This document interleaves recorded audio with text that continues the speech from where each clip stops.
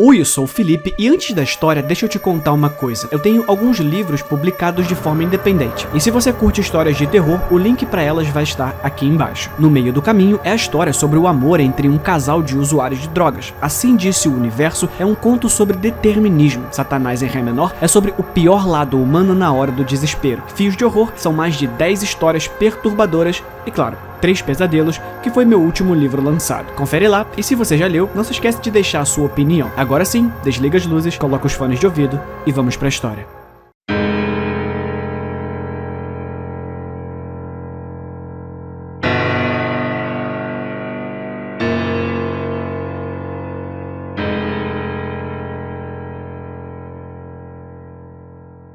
Eu sei do que se trata, zombou o homem do outro lado da minha mesa.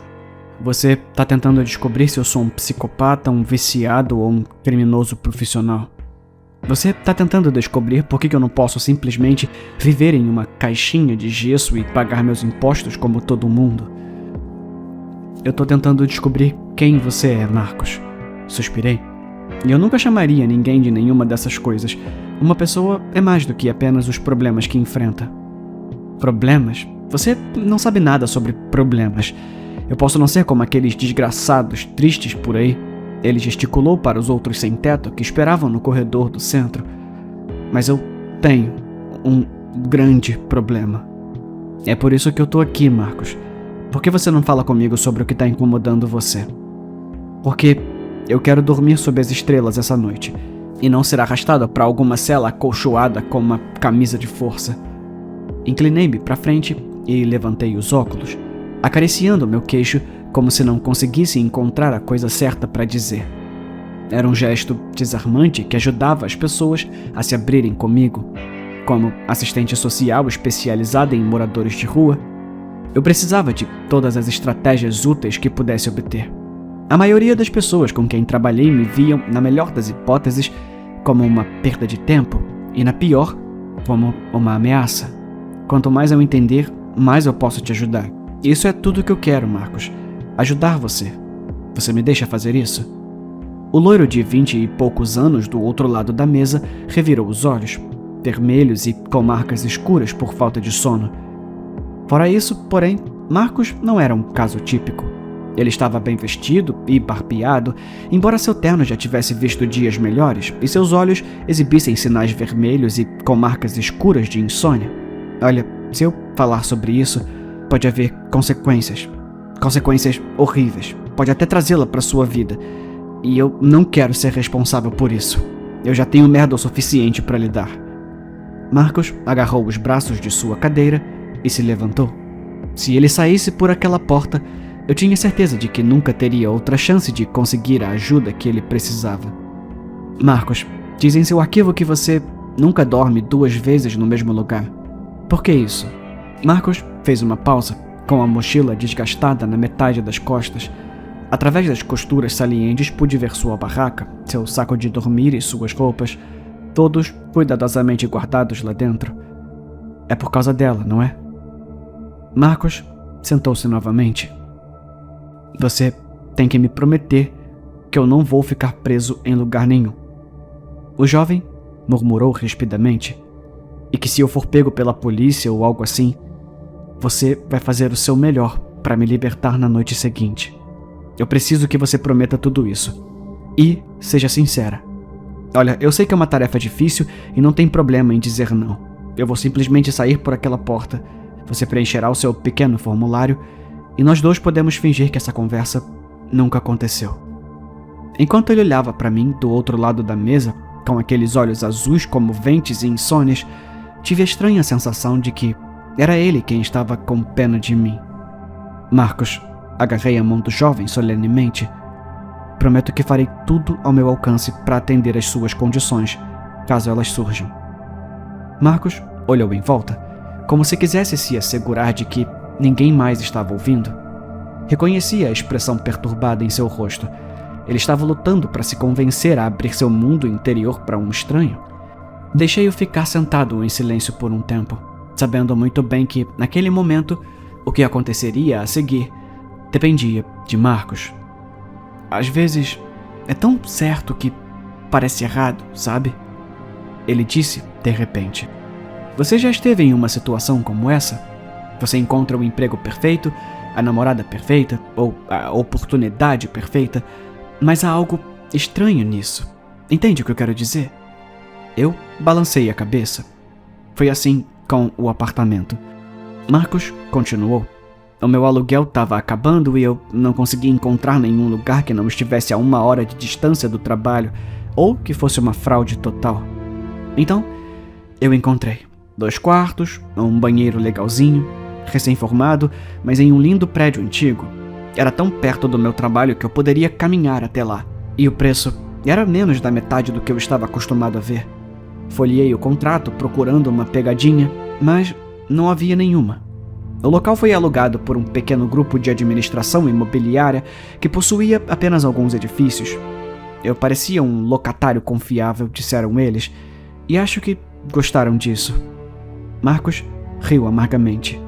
Eu ainda me lembro de como me senti ao olhar para aqueles pisos de madeira nus e quartos perfeitamente brancos e vazios. Ainda ouço meus instintos sussurrando para mim. Tem algo errado aqui. Saia agora. Mas o que eu posso dizer? Por 800 por mês no centro da cidade? Eu assinei imediatamente. Me mudei alguns dias depois, assim que cheguei do trabalho. Já era tarde e eu estava cansado demais para desempacotar todas aquelas caixas de papelão. Adormeci no colchão puro sem nem me preocupar em tirar o terno. Marcos esfregou a manga, pensativo, e percebi que ele estava se referindo ao mesmo terno que usava agora. Eu tive sonhos horríveis naquela noite, mas, por mais que tentasse, eu não consegui me lembrar de nenhum deles na manhã seguinte. Marcos estremeceu. Então, eu notei as pegadas. Parecia que alguma pessoa descalça havia atravessado o chão empoeirado e ficado a poucos centímetros de onde eu estava dormindo. O engraçado é que aquelas pegadas nuas começaram na parede e não voltavam, como se quem quer que fosse tivesse saído de um tijolo sólido, pairado sobre mim a noite toda e depois desaparecido. Eu estava assustado? Claro, um pouco. Mas eu também tinha que estar no trabalho em 1 hora e não tinha ideia de em qual daquelas malditas caixas a minha cafeteira estava escondida. Na noite seguinte, uma porta bateu no corredor e Marcos deu um pulo. Olha, você se importa se caminharmos e conversarmos sobre a próxima parte?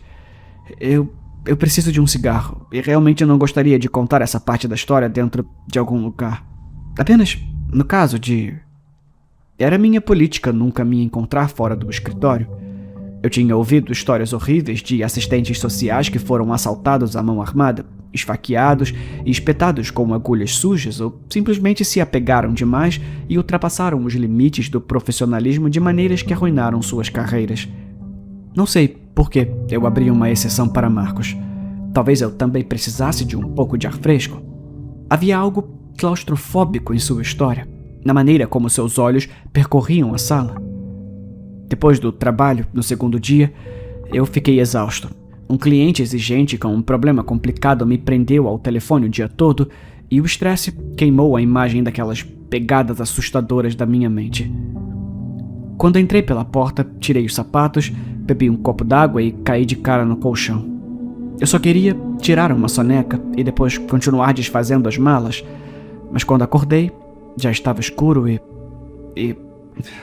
não tem outro jeito de dizer.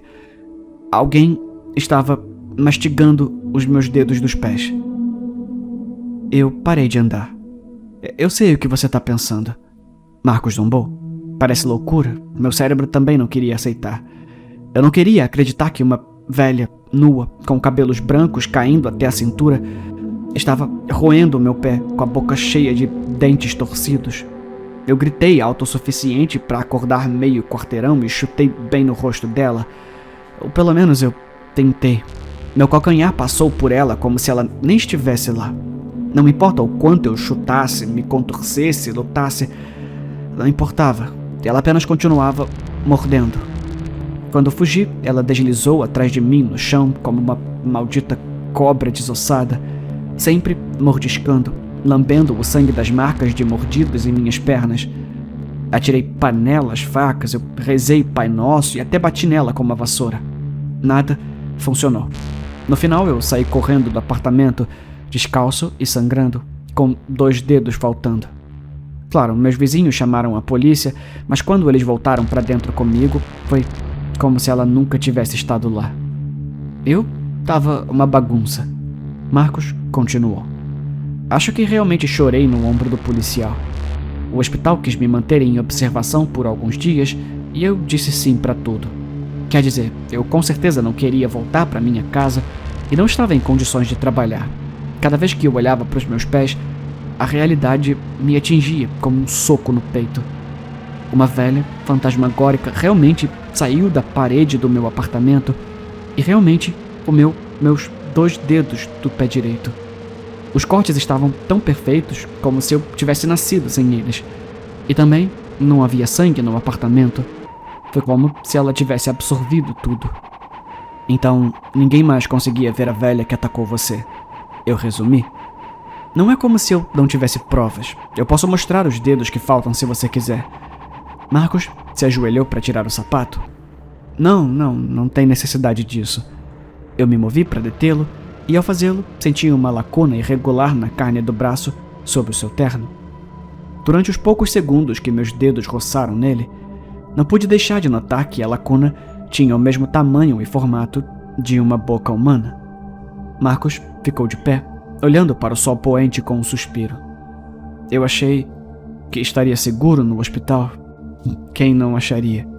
Há guardas armados e enfermeiras por toda parte e botões de chamada de emergência. Mas, mesmo com tudo isso, eu ainda esperava vê-la rastejando pela esquina, com um sorriso faminto em seu rosto podre. Quase não dormi naquela noite. Talvez seja por isso que cochilei tão rapidamente no segundo. Marcos respirou fundo e estremeceu. Tudo que me lembro é da dor. A dor e o rosto. Eu deixei meu braço pendurado na grade da cama, naquela segunda noite, e ela simplesmente mastigou. A sua língua espetou minhas veias, sedenta por mais sangue. Seus olhos rolaram para trás. Seus cabelos emaranhados e decrépitos tremiam de alegria. Então, as enfermeiras entraram correndo e ela desapareceu. O pedaço que faltava no meu braço era a única prova de que ela algum dia esteve ali. Os médicos não conseguiram explicar, mas depois de ouvirem minha história maluca, eles também não quiseram me deixar ir. No final, eu tive que meio que fugir do lugar. Eu fiz uma nota mental para verificar o banco de dados do hospital, em busca de qualquer registro da história de Marcos. Você queria saber por que eu moro na rua, certo? O grito de Marcos me trouxe de volta à realidade. Bom, é por isso. Porque sempre que eu fico em qualquer lugar por mais de uma noite, ela aparece de novo. Eu não sei quem ela é ou por que me escolheu para me torturar.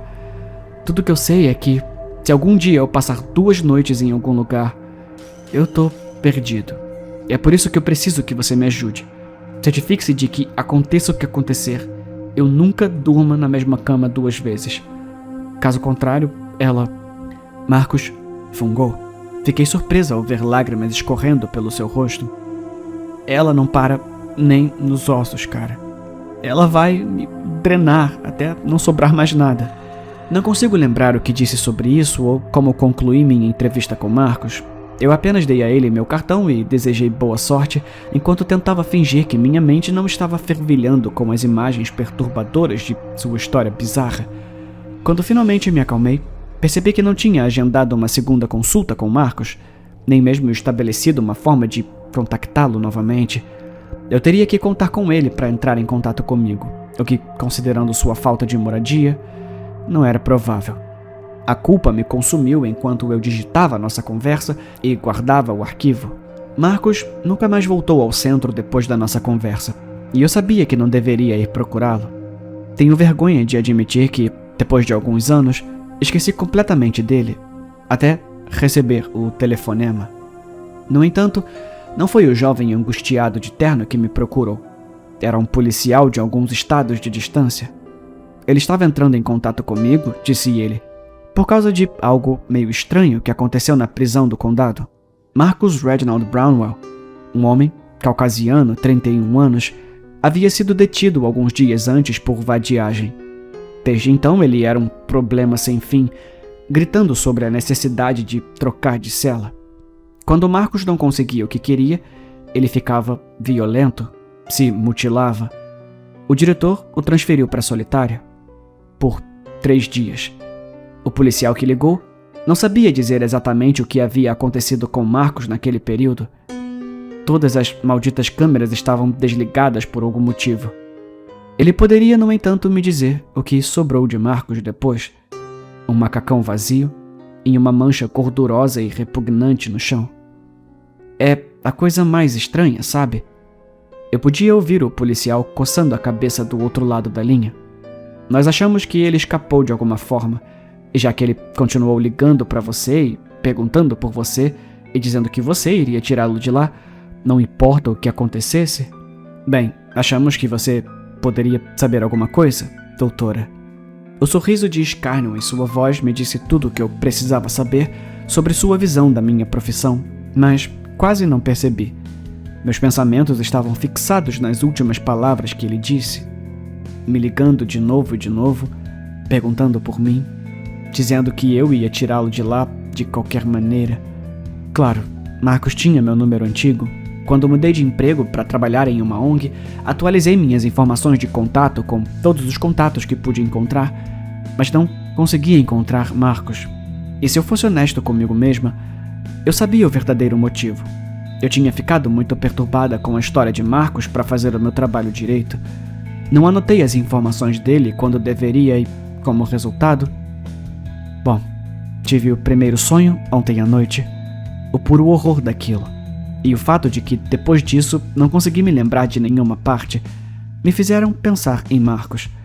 Então, ao lado da minha cama, eu vi as pegadas. Eu estava reformando a cozinha e, com todo aquele gesso em pó por toda parte, era fácil ver que quem quer que estivesse parado ao lado da minha cama a noite toda havia saído da parede da cozinha. Uma mochila cheia está encostada na minha mesa. Eu espero ter tudo o que preciso. Aprendi muito sobre a vida nas ruas nesses últimos 4 anos, mas algumas coisas ainda sempre surpreendem.